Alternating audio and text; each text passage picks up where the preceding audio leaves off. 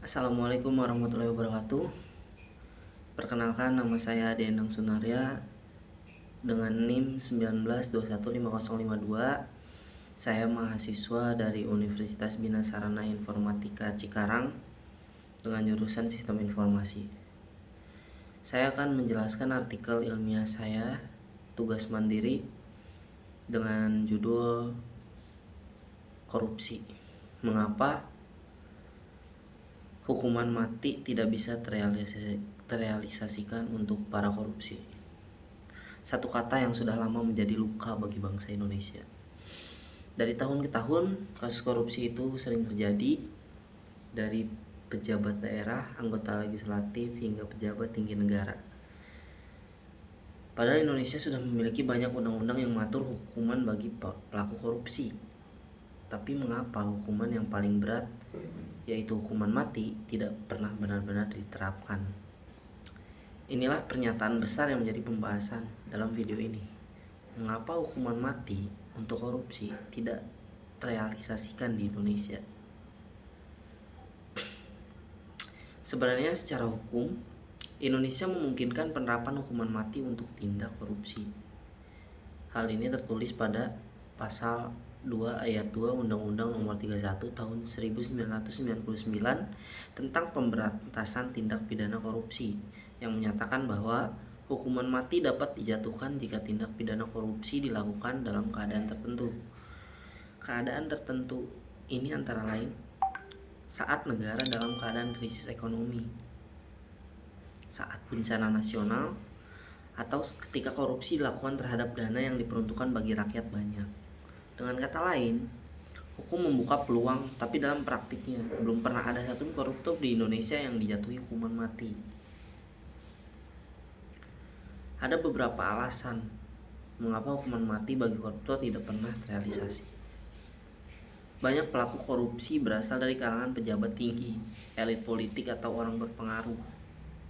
Contoh yang baru-baru kasus ini seperti pada PT Timah itu, korupsi terbesar sampai 271 triliun kurang lebih. Itu bukan nominal yang bukan rendah lagi, bukan nominal yang rendah, bukan uang yang kecil. Di situ ada permainan para elit lah. Ya, kedua pandangan moral dan hak asasi manusia. Sebagai pihak menilai bahwa hukuman mati melanggar hak hidup manusia, Indonesia sendiri masih berkomitmen pada prinsip HAM yang dijunjung tinggi dalam konstitusi dan perjanjian internasional. Lemahnya keberanian juga lembaga penegak hukum untuk menjatuhkan hukuman mati. Dibutuhkan bukti yang sangat kuat dan keberanian moral dan hakim. Namun dalam kenyataannya, sistem hukum kita seringkali dianggap belum cukup tegas dan konsisten. Yang keempat, ini korupsi belum dianggap kejahatan luar biasa oleh sebagian penegak hukum. Padahal justru dampaknya sangat-sangat besar, menimbulkan kemiskinan, rusak pembangunan, dan menghancurkan kepercayaan rakyat. Ketika hukuman mati tidak diterapkan, efek jerah bagi pelaku korupsi menjadi sangat lemah. Banyak koruptor yang bahkan masih bisa hidup mewah di balik jeruji, bahkan mendapatkan potongan hukuman dan remisi hari-hari besar seperti hari nasional. Akibatnya masyarakat menjadi apatis dan kepercayaan terhadap sistem hukum semakin menurun.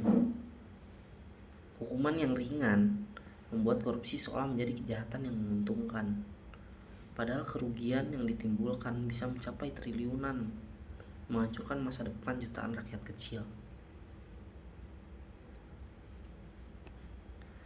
Untuk mewujudkan keadilan, hukuman mati bukan satu-satunya jalan, tapi penegakan hukum yang tegas, adil, dan tanpa pandang bulu.